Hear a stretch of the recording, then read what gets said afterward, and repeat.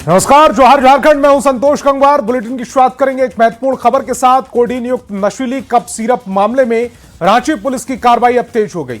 High profile मामले की जांच एक तरफ जहां यूपी की पुलिस कर रही है, तो वहीं इस मामले में ईडी की टीम भी जांच में जुटी है और इसे लेकर कई लोकेशन पर बीते दिनों छापेमारी की जा चुकी है। वहीं अब इस मामले में रांची पुलिस की ओर से एसआईटी का गठन किया गया, जो आज एक साथ 3 लोकेशन पर पहुंचकर मामले की जांच में जुट गई। तुपुदाना के 2 लोकेशन जबकि हरमू के 1 लोकेशन पर दबिश दी गई। तुपुदाना में शैली ट्रेडर्स पर एसआईटी की टीम को कई अहम दस्तावेज मिले हैं, जिसकी जांच की जा रही है। वहीं इस पूरे नेक्सस के तार नेपाल और बांग्लादेश से भी जुड़े हैं। मामले की जानकारी दे रहे संवाददाता ओम प्रकाश।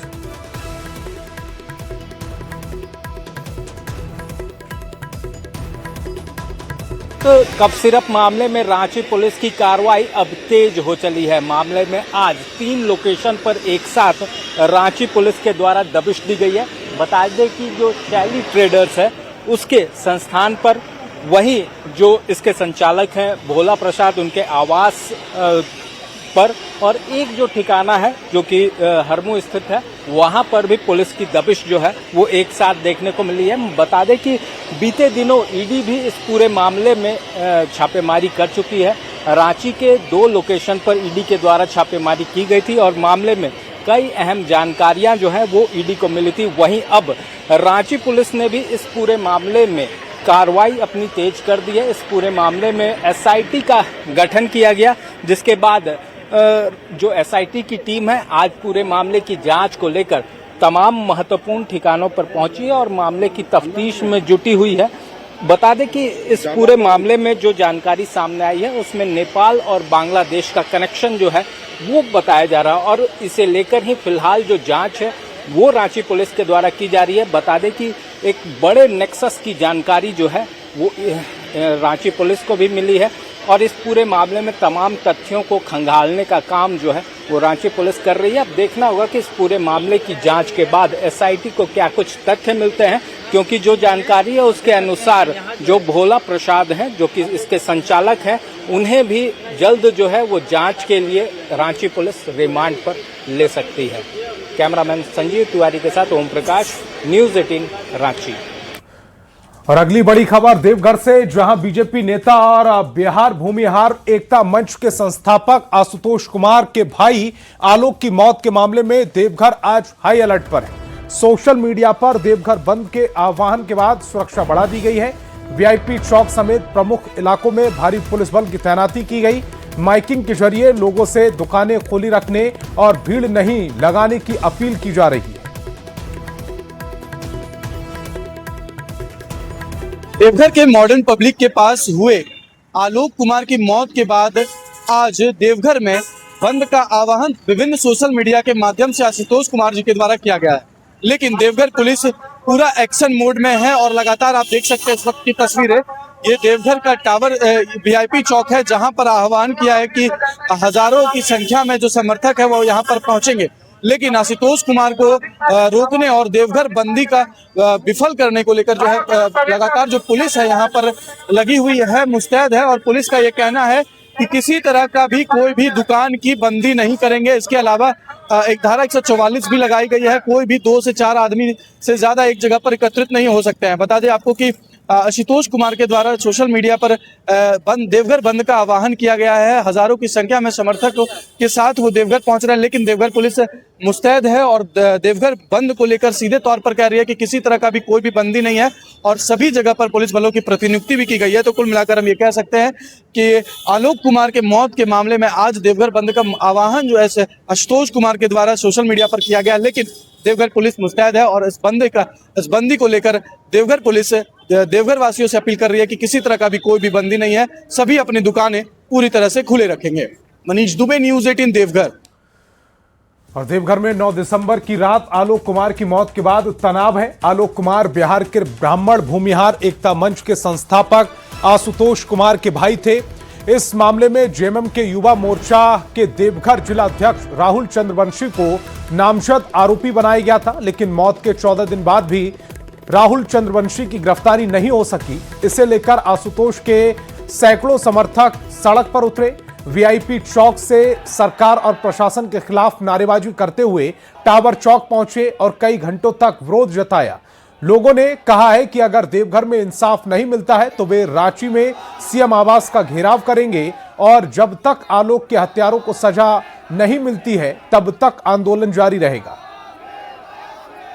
तो 14 दिन सफिशिएंट होता है।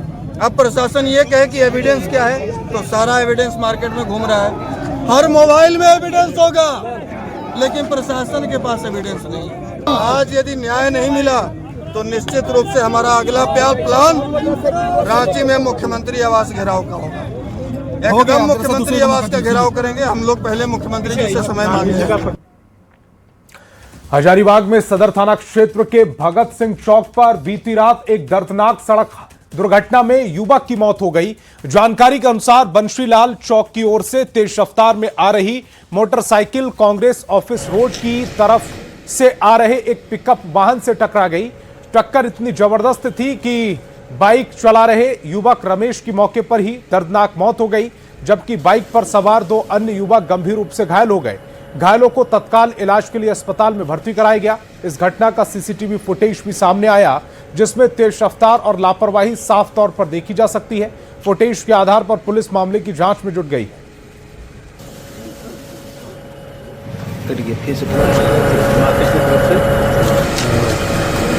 उस रास्ते में जा रही थी और वो लोग उधर से आ रहे थे, उन लोग को मौका नहीं मिला और टक्कर लग गया। कितने लोग थे इन लोग? ये लोग 3 लोग और 2 लोग? एक रांची रेफर हो गया है और एक अभी ठीक।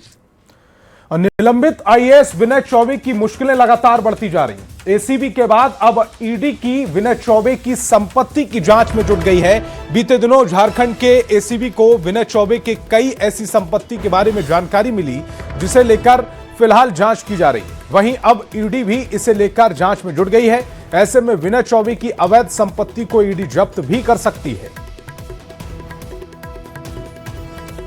निलंबित आईएएस विनय चौबे की मुश्किलें कम होने का नाम नहीं ले रही है। एक तरफ जहां वो एसीबी के रडार पर है, तो वहीं अब इस पूरे मामले को लेकर ईडी ने भी अपनी जांच तेज कर दी है। बता दें कि शराब घोटाले मामले को लेकर ईडी मामले की जांच कर रही है और निलंबित आईएएस जो विनय चौबे हैं उनकी अब संपत्तियों की भी जांच जो है वो ईडी के द्वारा की जा रही है। अगर इस बाबत अगर ईडी को कोई भी संपत्ति जो अवैध मिलती है तो उसे अटैच भी करने का कार्य जो है वो ईडी के द्वारा किया जाएगा। बता दें कि निलंबित आईएएस विनय चौबे फिलहाल जो जेल में है, एसीबी के द्वारा गिरफ्तार किए गए थे शराब घोटाले मामले में। फिर उन्हें जो हजारीबाग वन भूमि घोटाला हुआ उस मामले में भी गिरफ्तार किया गया और फिलहाल उसी मामले में वो जेल में बंद है। वहीं उनके आय से अधिक संपत्ति मामले को लेकर एसीबी भी जांच कर रही है। तो अब इस मामले में ईडी ने भी अपनी जांच शुरू कर दी है। मनी लॉन्ड्रिंग एक्ट के तहत पूरे मामले की जांच की जा रही है। अब देखना होगा कि ईडी के जांच में क्या कुछ तथ्य सामने आते हैं और किस तरह से विनय चौबे की मुश्किलें जो हैं वो आने वाले दिनों में और ज्यादा बढ़ती हैं। कैमरामैन संजीव तिवारी के साथ ओम प्रकाश, न्यूज़ 18 रांची। और गिरिडीह से बड़ी खबर है, सरकारी स्कूल का परीक्षा पेपर लीक हुआ है। छमाही परीक्षा के पेपर लीक हो रहे हैं। परीक्षा से एक दिन पहले ही पेपर लीक हो जाते हैं, यूट्यूब पर अपलोड भी हो जा रहे हैं।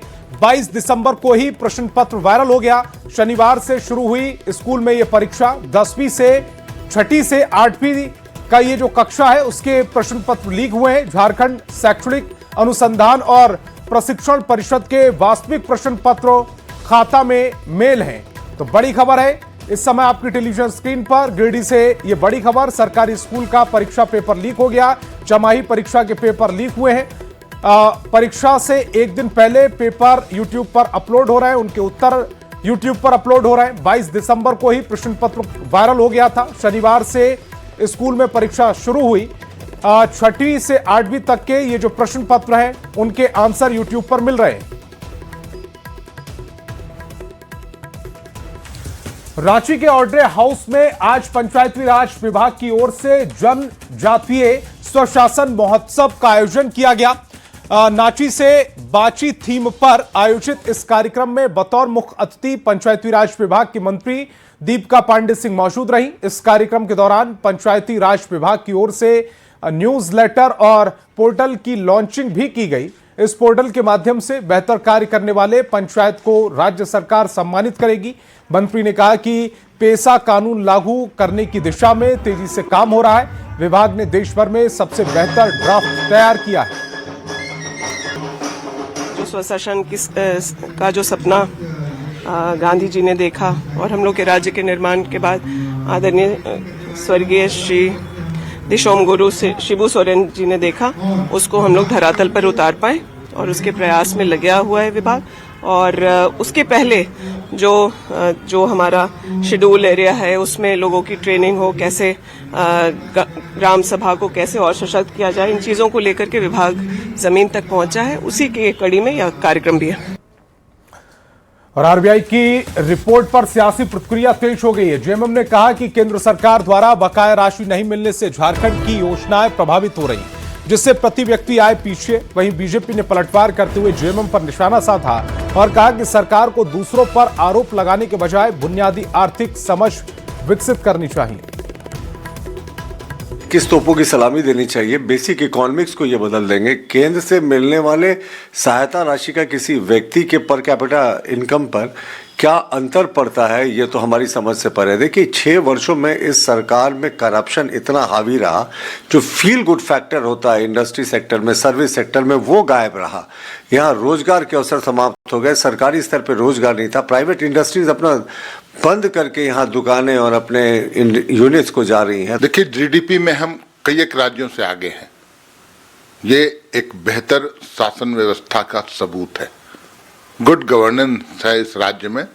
और जहां तक प्रति व्यक्ति आय की बात है, तो जो बर्ताव केंद्र की सरकार हमारे साथ कर रही है पिछले 6 वर्षों से, न केंद्रांश देना है, न अनुदान देना है, न हमारे पैसे जो उनके पास लंबित हैं 1,41,000 करोड़ रुपए, वो पैसे अगर राज्य में आते, राज्य को मिलते, उससे कई एक योजनाएं चलती, उससे लोग लाभार्थी होते। झारखंड में एसटी समाज की तुलना में एससी वर्ग के लोगों को लाभ और अधिकारों से वंचित किया जा रहा है। इस मुद्दे को लेकर बीजेपी ऑफिस में पूर्व नेता प्रतिपक्ष अमर बाउरी ने सरकार पर जोरदार हमला बोला। उन्होंने वित्त मंत्री राधाकृष्ण किशोर के पत्र का हवाला दिया, जिसमें एससी समाज की हालत एसटी से भी बदतर बताई गई। उन्होंने एससी समाज को मुफ्त इंजीनियरिंग और मेडिकल की कोचिंग नहीं देने पर सवाल उठाए। साथ ही निकाय चुनाव में केवल 2 सीट दिए जाने पर निशाना साधा। हेमंत सरकार जो कहे वही सही, इस लिहाज से सरकार आगे बढ़ रही है। संवैधानिक मान्यताओं को कैसे तोड़ना मरोड़ना है, कैसे कानून को अपने हिसाब से तोड़ना मरोड़ना हो, यह पूरी वोट बैंक की राजनीति और पुष्टिकरण की राजनीति तक ही सीमित है, जहां से उनको सत्ता में बने रहने का, सत्ता के अधिकारी बने रहने का उनको मत प्राप्त होता रहे। कहीं से भी न्याय मिले, लोगों को उसका अधिकार मिले, ऐसे सरकार की कोई मंशा नहीं है। और अमर बाउरी के बयान पर कांग्रेस प्रवक्ता राकेश सिन्हा ने पलटवार किया। उन्होंने पूछा कि नेता प्रतिपक्ष रहने के दौरान अमर बाउरी को एससी वर्ग का उत्थान का ख्याल क्यों नहीं आया। अगर राज्य में एससी वर्ग की हालत खराब है तो वो केंद्र से संपर्क क्यों नहीं करते, केवल बयान देकर महागठबंधन पर ठीकरा क्यों फोड़ते हैं।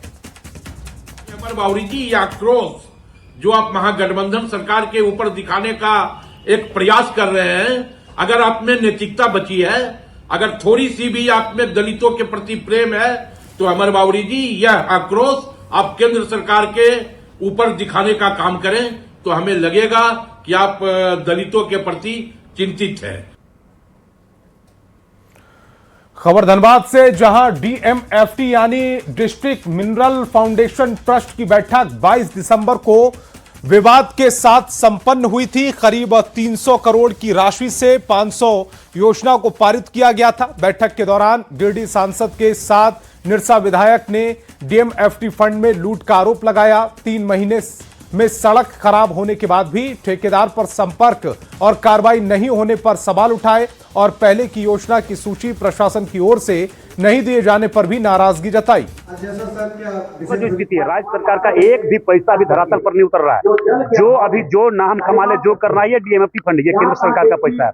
और केंद्र सरकार का पैसा ही अभी जितना अभी वाहवाही राज्य सरकार कर ले, राज्य सरकार के पास पैसा ही नहीं है, वो धरातल को उतरना ही कोई काम ही नहीं चल रहा उसके पास। सरकार की लच्चर व्यवस्था, अधिकारियों का जो मनमाना है, यह साफ झलकता है। इससे पहले कभी ऐसा नहीं होता था, लेकिन सरकार में, हेमंत सोरेन के सरकार में अधिकारियों की मनमानी है। जिले के अधिकारी क्यों नहीं घूमते यहाँ बैठे बैठे एसी की हवा खाने से? वो फील्ड में घूमना चाहिए, जो कि सड़क कैसा बन रहा है, जब बनता है, जब छत की ढलाई होती है तो क्यों नहीं वहाँ खड़ा होकर छत की ढलाई यही करवाते। से ज़्यादा ऐसी योजनाएं करनी है कि जो गाइडलाइन के अनुरूप हो। तो अब हम लोग फिजिकल इंफ्रास्ट्रक्चर को थोड़ा कम करके शिक्षा, स्वास्थ्य, रोजगार, इस पर थोड़ा ज़्यादा ध्यान दें ताकि जो रेशियो है वो मेंटेन रहे और धनबाद में लोग स्वावलंबी बने, खनन क्षेत्र से एक बार निकलने के बाद कोई और काम करने में सक्षम बने। राजधानी रांची में अतिक्रमण के खिलाफ लगातार प्रशासन की कार्रवाई जारी है। रांची के सुखदेव नगर थाना क्षेत्र में खादगड़ा सब्जी मंडी के पास महुआ टोली और आसपास की बस्तियों के 40 घरों को निगम की ओर से तोड़ने का आदेश दे दिया गया है। बस्ती के लोगों को मंगलवार तक का समय दिया गया। बुधवार को इन घरों को जमींदोज करने की तैयारी है। जानकारी के मुताबिक 1990 में एकीकृत बिहार के मुख्यमंत्री लालू प्रसाद ने यहां रहने वाले गरीब तबके के लोगों को पक्का मकान बनाकर देने का आदेश दिया था। लालू प्रसाद के निर्देश पर नगर निगम ने इन घरों का निर्माण किया। बस्ती में घरों के निर्माण के बाद उस समय लोग घरों में रहने लगे, लेकिन निगम की ओर से उन्हें कोई मकान का दस्तावेज नहीं सौंपा गया। अब अतिक्रमण के खिलाफ कार्रवाई में निगम के आदेश से हुआ टोली और आसपास के बस्ती के लोग बेहद परेशान हैं। राज्य में अतिक्रमण के खिलाफ लगातार अभियान चल रहा है और हर बार अतिक्रमण का एक नया पता भी सामने आ रहा है। हम इस समय राजधानी रांची के खादगड़ा सब्जी मंडी, जो कि सुखदेव नगर थाना क्षेत्र के ठीक बगल में है, और वहां पर महुआ टोली और आसपास के कई घरों को अब जो है इसे तोड़ा जाना है और नोटिस दिया जा चुका है कि आज आखिरी दिन है, अपना सामान हटा लीजिए। और ऐसे में जो बता दें कि पूरी कहानी 1990 की है, जब एकीकृत बिहार था और उस समय मुख्यमंत्री लालू प्रसाद हुआ करते थे। लालू प्रसाद ने तमाम परिवारों को, जो परिवार हैं देख सकते हैं कि महुआ टोली आसपास की बस्ती है, तकरीबन 40 घर यहाँ बनाए गए थे, पक्के मकान हैं और पक्के मकान इन लोगों को बना कर दिए गए थे। लेकिन उस समय किसी को कोई दस्तावेज, कोई डॉक्यूमेंट पक्के मकान का नहीं दिया गया था। जो जहां मकान में जिसे जहां मौका मिला वो रह गया, लेकिन अब निगम इसे खाली करा रहा है। हम लोग यहीं रहते हैं, बाल बच्चा छोटा छोटा है, अच्छा ठंडा में घर तोड़ रहा है, हम लोग जाएंगे कहाँ? हम लोग को अलॉटमेंट नहीं हुआ, लालू यादव बना रहा था 1990 में, उस समय से हम लोग यहाँ है। 94 में हम लोग सब यहाँ घुसे हैं, अपने ही से रहे। 32 घर ढलाई है, 8 घर को ढलाई नहीं किया गया। 8 घर में सब अपना एल्वेस्टर लगा के रह रहा है और ऐसा ठंडा में सबको उजाड़ रहा है। छोटा छोटा बच्चा लेकर आदमी जाए कहाँ? जो तोड़ने का जो निर्देश है आप लोग को आज का, ये किसने आकर कहा? कुछ नहीं कहा, रात में शाम में आया, अचानक अनाउंसमेंट किया कि कल आप लोग सामान हटा लीजिए, नहीं तो कल हम लोग तोड़ देंगे। नगर निगम का आदमी आकर के, तो हम लोग बोले ऐसा ठंडा में हम लोग कहाँ जाएंगे छोटा छोटा बच्चा लेकर के? नोटिस भी नहीं मिला है, अचानक आके बोल रहा है कि सारा खाली करना होगा। एक दिन के लिए बोला था, तो फिर हम लोग टाइम मांगे कि हम लोग को कुछ समय दीजिए तब खाली करेंगे। अर्जी के सरकारी मकान है ना सर, सरकारी मकान तोड़ने का गया, अब मकान भी जा रहा है, कहाँ जाएंगे सर? अभी मेरा पति भी अभी 4 दिन पहले ही डेट किए हैं और उसके वजह से सदमे से मौत हुई है। यानी एक जो कहा जा रहा है कोई तिलेश्वर साहू की मौत हुई है, कोई ऐसे व्यक्ति। बता दें कि महुआ टोली में एक व्यक्ति की, जिसके बारे में कहा जा रहा है कि उनकी सदमे से मौत हो गई, जो ये कहा गया कि वास्तव में उनका घर तोड़ा जाना है। नगर निगम का अफसर लोग आए थे, नहीं आए थे, सो बात नहीं है। हम लोग को तो चाहिए भैया, हम लोग को जगह दीजिए, नहीं तो हम लोग या तो बुलडोजर के नीचे कुचल दीजिए। वोट लेने समय सब नेता मंत्री यहाँ आता है, पहले इसी क्वार्टर को देखता है कि यहाँ सब 40 घर है, 40 घर में 200 वोट है, 200-250 वोट है, पहले यही घुसता है। और आज जब टूट रहा है तो कोई नेता मंत्री यहाँ आगे आने के लिए तैयार नहीं है, बताइए। और ना कोई हम लोग को बता रहा है कि क्या रास्ता मिलेगा, क्या नहीं होगा। उजाड़ रहा है तो कम से कम बसाने का तो कोशिश कीजिए। महुआ टोली और आसपास की गलियों में जब आप आएंगे तो ऐसे ही घर बनने पाएंगे। 1990 में लालू प्रसाद के निर्देश पर ये तमाम जो है घर का निर्माण किया गया था नगर निगम की ओर से। ईंटें की जोड़ाई है, लेकिन देख सकते हैं कि एस्बेस्टस लगाया गया है और कुछ लोगों ने समय के साथ अपनी जरूरतों के हिसाब से घर का विस्तार किया। अब यहाँ पर देख रहे हैं कि लोग अपने सामानों को हटा रहे हैं। आप लोग क्या काम करते हैं? सर रिक्शा चलाते हैं, रिक्शा चलाते हैं हम। मजदूरी करते हैं। मजदूरी काम चलाते हैं, भाड़ा में 100 रुपया सब काम करते हैं, सब दिहाड़ी मजदूरी काम करते हैं। मेरा छोटा छोटा बच्चा है, अभी ठंडा के टाइम में हम लोग कहाँ जाएंगे बताइए, किसका घर जाएंगे? ऐसा टाइम दिया है हम लोग को, 2 दिन 3 दिन का टाइम मिलता है। कुल मिलाकर मांग यही है कि कुछ समय दी जाए, कुछ मोहलत दिया जाए, ताकि ठंड का समय गुजर जाए। लोग यहाँ से निकलने की सोच रहे हैं। हालांकि लोग ये भी कह रहे हैं कि उनके पास कोई दस्तावेज नहीं है। जिस समय 1990 में उन्हें मकान दिया गया, उस समय निगम की ओर से कोई पेपर नहीं दिया गया। और वास्तव में आज यही बात जो सामने आ रही है कि एक कमजोर कड़ी बन रही है कि वास्तव में जिसे जैसे जहाँ मौका मिला उन्होंने मकान लेकर रहना शुरू कर दिया। अब ऐसे में अतिक्रमण के खिलाफ प्रशासन की कार्रवाई जोरों पर है, लेकिन लोग कुछ समय की मांग कर रहे हैं ताकि ठंड का मौसम गुजर जाए। संजय कुमार सिन्हा, न्यूज़ 18, रांची। और वक्त है एक छोटे से ब्रेक का।